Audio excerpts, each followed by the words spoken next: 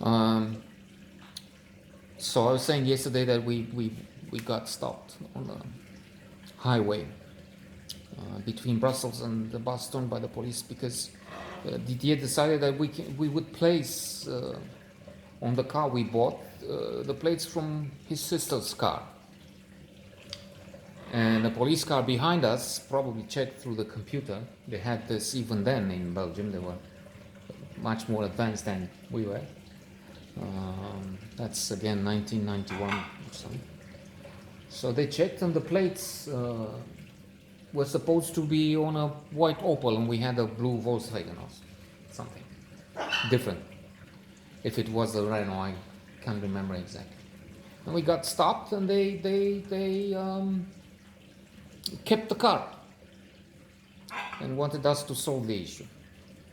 And that was one thing which happened. They solved it somehow, but it was I don't know how they work now. It was a bizarre thing. You buy the car, you don't have plates, but still they want to see the car in Brussels, and for you to do that, it will cost a fortune. Well, anyway, it was strange. So it was an experience, of course, because we had been to another country before this Belgian trip, but it was under very strenuous, difficult circumstances. I mentioned in some previous episodes that I had gone to Germany a few times with Socrates to bring in things to sell here, sort of a small-scale commerce trade. I had gone to Turkey once to buy gold and sell it here, another sort of trade. We tried Hungary in Budapest. We went to see if we can get some jobs in South Africa. They advertised at one point, but I think it was a sort of a false marketing campaign or something. But as far as I remember, we didn't find the place as promoted, as advertised. But it was an interesting experience nonetheless. A trip with 5 people in the car. My cousin Sorina. It was I think Sandu to drive with me. I would drive and then we will switch. Socrate and somebody else. Maybe mother, to send her packing to South Africa to give her a job. I don't know. Speaking of Sorina, maybe I mention now because this is again an episode that I may forget later. She was involved in some bad, actually very bad episode. So what happened was this: they opened after 1990 a little shop, Gereta. On the pavement, they used to have a lot of temporary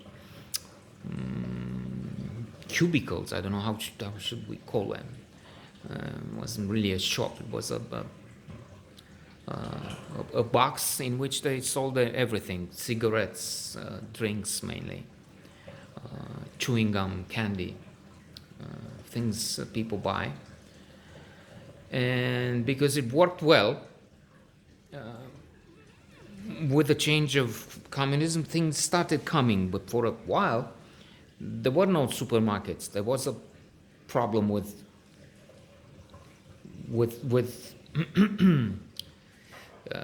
with shops to move from the communist empty shelves and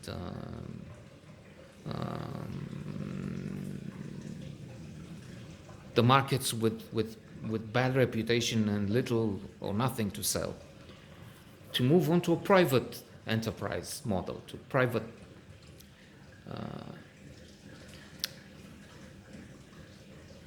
private shops. So they opened another one. And then I think they were thinking of a third right near the exit from the city towards Pitești, to the only highway, near the only highway we had then. Not that we have much more now, but anyway.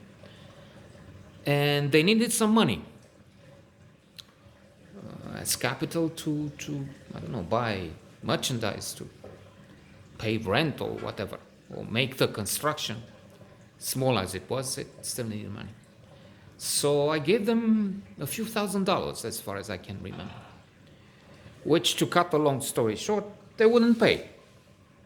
I called, well, I'll see. Well, and that went on for some years. So the initial capital was given, I don't know, in 91, 92 or so, as sort of an investment. Because I think they also promised some interest. The banks wouldn't give them. I did. But they wouldn't give the money back. And sometime in 94, 95, while working as a partner in Meder, we'll get to that later, but still, I may not remember when we get there, about this thing with Sorina and Nicu, her partner, lover, whatever, but partner in business and lover, actually, because they I had a man working for me. Stefan is his name, I guess. As a coincidence, he's related to my brother-in-law. He's a cousin or something of my brother-in-law. So I said to him, look, why don't you go and see if these guys would give me the loan back? I mean, it's been already, at that point, it will have been already 3 years due or something. So when he went there, this guy, Nicu, Sorina's lover, took a gun out, showed a pistol to him and said, money? There's money for you, or something like that. I mean, threatened him with a gun. That was crazy. So, coming back, yeah, we had some trips, but under duress, with lots of people in the car, or driving continuously, not stopping, not seeing anything, sights, never mind much else or anything except what was on the side of the road. So Belgium was a different thing. We had not just the time, but people to show us. We went to museums. We walked around in Brussels and so on. Manneken Pis and all that. Cathedrals. The problem was that I was thinking back home. I was thinking of the Queen of Beauty, trying to call repeatedly.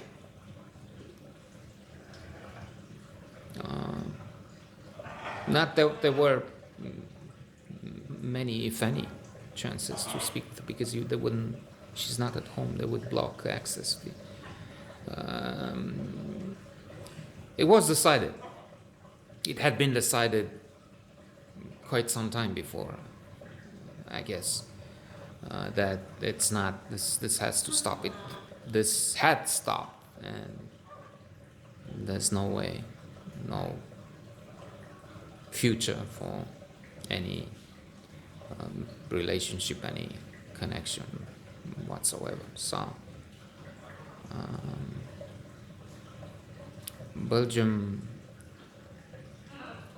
was interesting in what had to offer, but it was also a sad episode in that I was concerned with what was going on in back home, and slowly realizing there is nothing going on, nothing in connection with the Queen of Beauty. So, yeah. And the trip back was somewhat adventurous, but that's for tomorrow, inshallah.